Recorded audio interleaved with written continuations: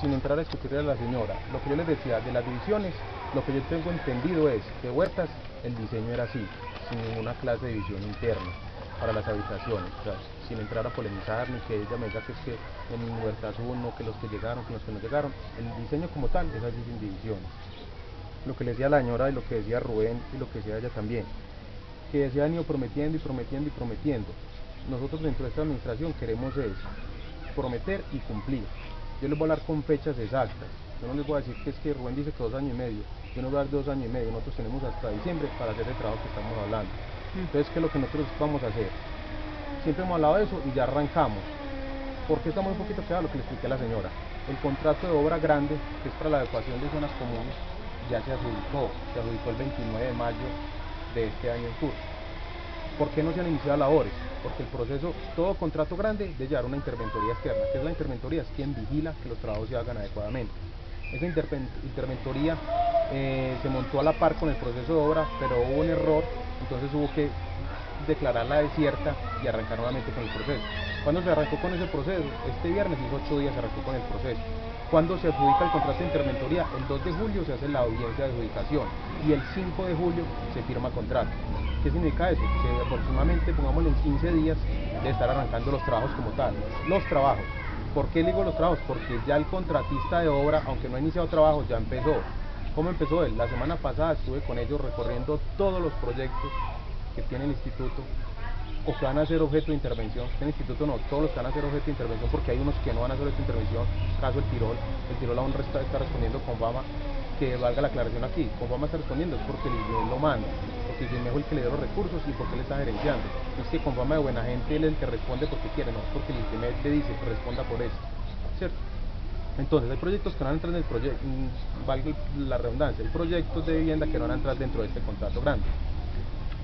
Cuando ya el contratista, como les dije, hicimos el recorrido y él ya inició con esa labor de reconocer todos los proyectos y ahorita me dijeron, vamos a iniciar de una vez con todos los proyectos, yendo a corroborar medidas y cantidades de obra, que es lo que se va a hacer realmente. Se van a estar comunicando con los líderes o en su defecto líderes donde no hay pues las copropiedades conformadas o donde están las copropiedades conformadas con los administradores. Entonces van a estar arrancando, yo creo que ya, si no es esta semana, la próxima, a visitar todos los proyectos para que cuando la interventoría llegue ya ellos llevan ese trabajo avanzado. ¿Qué es ese trabajo avanzado? De corroborar de que las cantidades que nosotros dijimos en el estudio que nos hizo el INSIGAN sean las realmente que se han intervenido. ¿Qué es lo que vamos a hacer en estos proyectos? Dame, yo termino y ya te doy la palabra.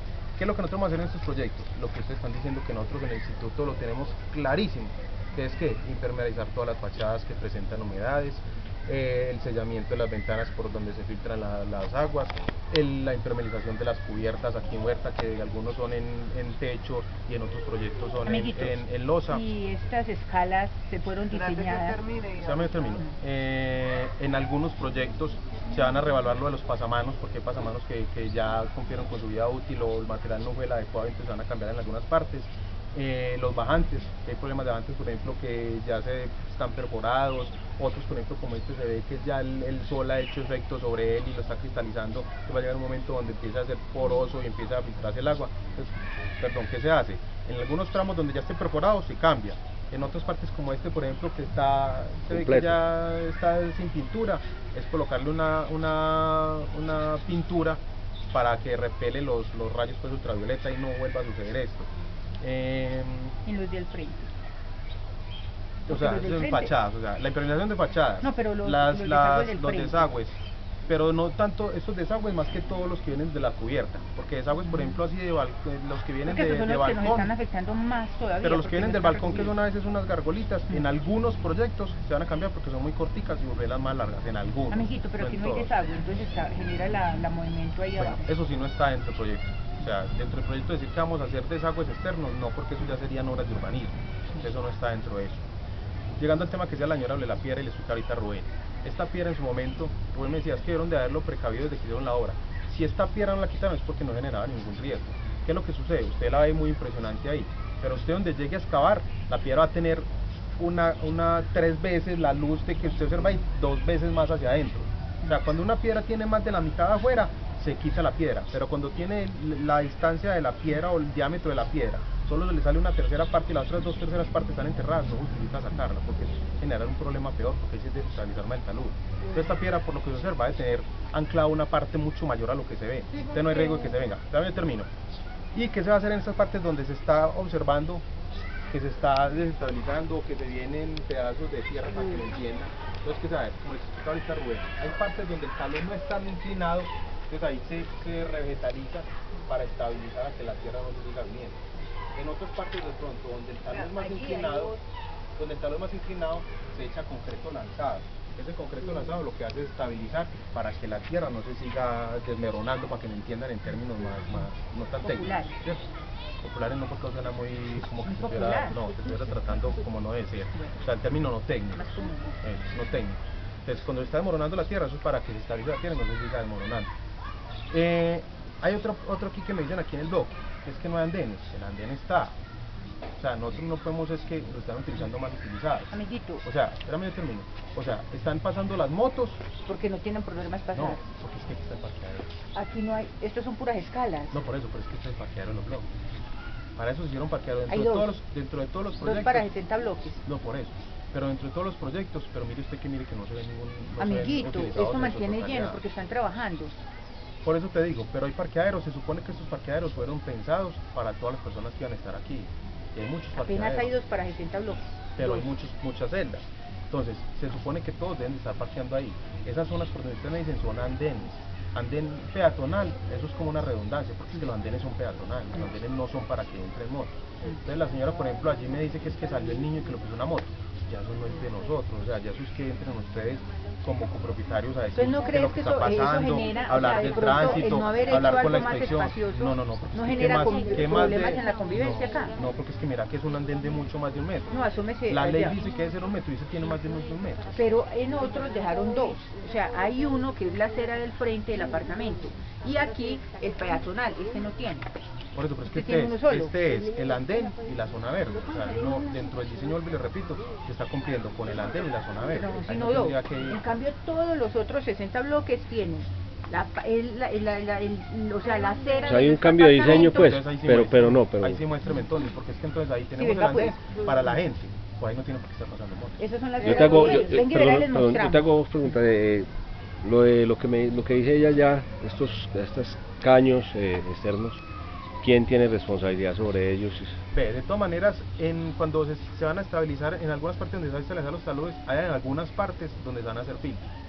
Entonces, dentro de esos filtros, hay momentos donde va a tener que demoler la cuneta y volverla a hacer. Eso está dentro del contrato. Pero ya cunetas nuevas como tal, si te soy sincero, no manejo el tema y tendría que consultarlo. Ahí tendría que consultarlo, como el verbo y gracia, lo que están haciendo ustedes aquí adelante. Ahí se lo consultaría de esas cunetas nuevas que de pronto, o dentro del diseño no estaban, o no las hicieron. Porque no entonces ahí sí entraríamos a consultar y explica algo sobre lo que va a pasar entonces en el frente, ¿sí? Entonces, venga una pregunta. Espérate que ya la...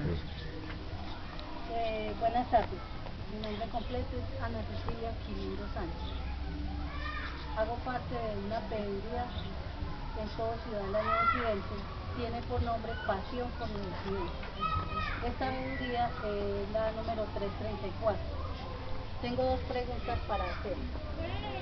Soy la encargada en el tema de lo que son humedades, lo que es, por ese motivo pues estoy acá. Nosotros, como todos los líderes Ciudad de la Nueva Occidente, solicitamos al INVIMED sobre un diagnóstico por todo el tema de humedades, por el tema de la mala entrega en cuanto a que hacen falta filtros en Ciudad de la Nueva Occidente, no solo en la huerta, sino todo en general hacen falta filtros porque no los hicieron. Hoy me preocupa y como representante de esta veeduría en el tema del diagnóstico en SIGAN, que son más de 11.000 millones, 11.000, necesito una aclaración, pues si está de su parte, que nos haga el favor. ¿Cuánto sería el presupuesto para cada unidad? Porque no tenemos conocimiento si es para todo Ciudad de la Nueva Occidente este presupuesto de 11 millones, o si es para uno que otro urbanización, y cuánto sería el costo. para cada urbanización, para cada edificio, porque hablando que en La Aurora conozco pues todo lo que es La Aurora y que son 16 torres, ¿cuánto sería el presupuesto para cada torre y cuánto sería el valor para cada obra? No sé si me explique la pregunta. Sí. Pero como vuelvo y le repito, me disculpan, pero a mí me toca representar no solo la urbanización en la cual yo habito, sino que me toca representar Ciudadela Nuevo Occidente y hoy La Huerta, hoy que estamos aquí. El otro tema es cómo dice usted, o cuál sería el certificado que daría hoy sobre el tema de la piedra, sobre el tema de esta roca, que no tiene ningún riesgo, ya que tengo conocimiento de que una piedra casi como esta se vino, de todas maneras se salió de su lugar y rodó allá contra el edificio. Siempre también decía el señor empleado, que el empleado público en ese tiempo, hace más de 2 años, ya para 3, que no tenía ningún riesgo, pero hoy usted certifica pues verbalmente que no tiene riesgo. ¿Cómo hace usted para certificar que ya hicieron un diagnóstico o un estudio? Porque aquí el que da el aval sería el SINPAD, que entré preguntando si ya visitó el SINPAD, el sector, el SINPAD, y hoy pues tengo ese desconocimiento. Entonces, muchas gracias. A ver, te cuento, a ver, arrancamos por la segunda, que es la más cortica. Yo no estoy diciendo certifico a ojos cerrados, me pongo la mano en el corazón diciendo que eso no se va a venir. Yo estoy diciendo lo que le aclara Rubén dijo, debieron haberlo previsto desde el momento que diseñaron el proyecto y que se estaba ejecutando. Yo digo, dentro del diseño deben haber contemplado eso. Entonces lo más lógico es que las 2/3 partes esté dentro del terreno. Yo no estoy diciendo eso no se va a venir y les garantizo que no va a venir, o sea, eso no lo garantiza nadie. Garantizarlo es ya venir a hacer unos estudios o unos apiques y decir eso. Lo que dice la señora tiene razón, es muy bueno solicitarle al DAGRED, que ya no es equipar sino el DAGRED, que vengan y un geólogo haga unos estudios más avanzados y determine si no está eso. Lo que yo digo en mi conocimiento, y apegándome a lo que lo hayan hecho de una manera responsable, digo eso, que debe tener más de 2/3 partes enterradas para que no se vayan a ir abajo. Entonces, ¿quién haría en este momento? ¿Seríamos no, nosotros? Ya ustedes le podrían hacer una solicitud al DAGRED. Una solicitud al DAGRED para qué. Lo de la obra. Yo decirte proyecto por proyecto, bloque por bloque, cuánto vale, sería muy difícil, pues, porque tendría que tener una memoria prodigiosa pues, y aprenderme todos, y es complicado, que son muchos. Lo que yo sí te voy a hablar es de cifras globales. El contrato o el estudio que arrojó el INSIGAN, como ustedes dicen, 11 millones, después se revaló y se hizo varias cotizaciones. Lo licitamos nosotros cuando llegamos en esta administración, se cogieron los presupuestos, se hicieron varias cotizaciones y se hizo se me da la palabra, o sea, de 6 se sacó, ayúdame. Se sacaron 5 millones. Se hicieron 6 presupuestos y se saca una media.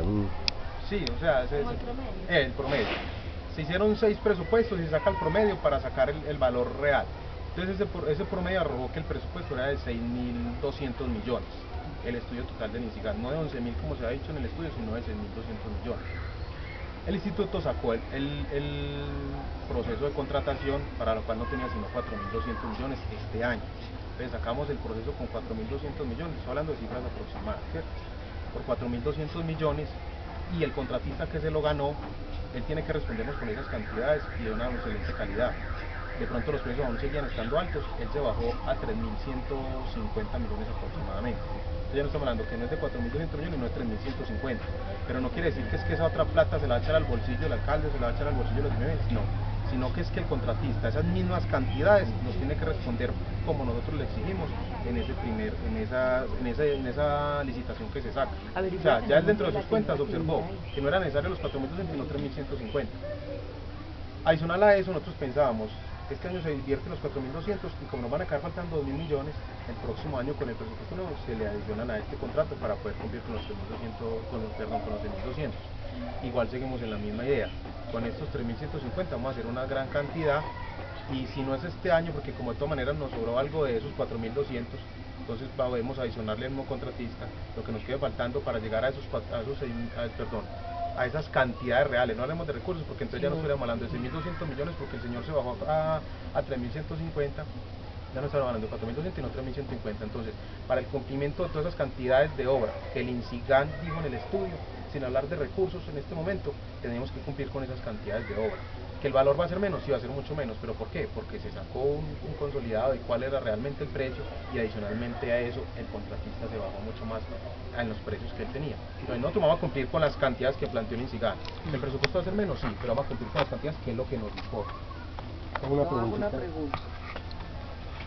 Perdón, ¿ustedes no creen, pues, o sea, yo soy modista y relaciono una cosa con otra porque de todas maneras, si uno da un presupuesto de algo, porque uno cree que eso me llevo, o sea, los implementos que voy a utilizar de buena calidad me va a costar esto.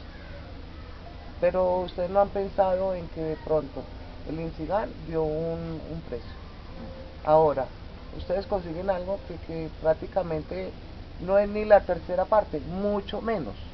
¿Ustedes sí creen que los materiales y todo va a ser de buena calidad, así como lo había hecho el INSIGAN? Sí. ¿Por qué? Porque a nosotros se le está exigiendo con explicación, o sea, es que no es que yo les vaya a decir a eso, es que háganme estas actividades y no les pasamos ninguna explicaciones técnicas. O sea, ellos a nosotros nos tienen que cumplir con explicaciones técnicas y los materiales deben cumplir con especificaciones técnicas. Entonces un material de mala calidad no le va a cumplir con eso. Entonces ellos tienen que mostrarme, vamos a echar este impermeabilizante. Sí señor, muéstrame la especificación técnica que yo le solicité de ese material. Entonces el proveedor de ese material me tiene que ser a mí. Señores, me da la certificación de que este material está cumpliendo con la especificación. ¿Cierto? Entonces, ¿qué pudo haber sucedido en el momento? Los precios estaban más altos. Hubo un momento, un ejemplo muy sencillo. Hubo un momento donde el cemento se metió una disparada impresionante. Hubo un momento donde el hierro se metió una disparada impresionante. Y de llegar a bajarse a más de la mitad en esos precios. Entonces pudo haber sido, o sea, te estoy diciendo, pudo haber sido, no sé por qué en el momento yo no estaba. Cuando el INSIGAN sacó el presupuesto, había unos precios muy altos en el mercado. Puede ser que en este momento ya estén mejores. O ellos cotizaron una sola parte y fueron precios muy altos. Cuando el INSIGAN lo hizo. Nosotros hicimos el trabajo de cotizar en 6 partes y sacamos un promedio muy acertado. Y esta gente puede ser que... te pongo un ejemplo. Hay veces que los materiales aquí en Medellín son más costosos que en Bogotá. Ellos pueden decir, no, nosotros este material lo vamos a surtir de Bogotá o de Cali o de otra parte donde es más barato, pero las especificaciones tienen que ser las mismas. O sea, si nosotros como instituto y la interventoría que se va a contratar no le cumple con las explicaciones, no se puede recibir ni se les puede aceptar. Yo, por ejemplo, hice la comparación de la modistería. ¿Por qué? Porque si van, por ejemplo, él es modisto también y ella, entonces me piden un presupuesto a mí, yo doy un precio, él da otro, pero todos nos vamos a ir casi por el mismo valor. Sí. Las diferencias van a ser muy pocas, muy poquito. O sea, uno de todos va a trabajar más barato, pero no tanto como para bajar casi la cuarta parte. O sea, partir esa plata en 4 partes, me parece a mí que es... Yo te pregunto una cosa, sin ir a ser como digo ya, que por popular o por elitista, no. Vos vas, por ejemplo, a una de estas cosas grandes, de esas casas Lifer o esas donde hacen las cosas. Yo le decís a una persona de esas, ve, ¿cuánto me puede hacer un blue jean? Es la misma tela, es el mismo blue jean, y allá no te baja de un precio. Y vienen y te dicen, no, de pronto que tenés tu costurerito y todo eso, y te apuesto que es mucho menos de las 70 o 80%. Pero hay que ver algo, que la gente maneja la marca registrada, los impuestos, y eso es lo que aumenta. Perdón, no vamos a entrar en la discusión. Eso, pero no, yo le estoy dando el ejemplo a ella porque ella me pone un ejemplo y yo le estoy diciendo, o sea, depende de donde lo mandas a hacer. O sea, si vos venís a la costurerita Doña Julia o vas a una cosa de modelos, lógico que hasta nada, entonces no sabemos INSIGAN en dónde cotizó, o sea, sí, o con qué precio se basó, lo que es claro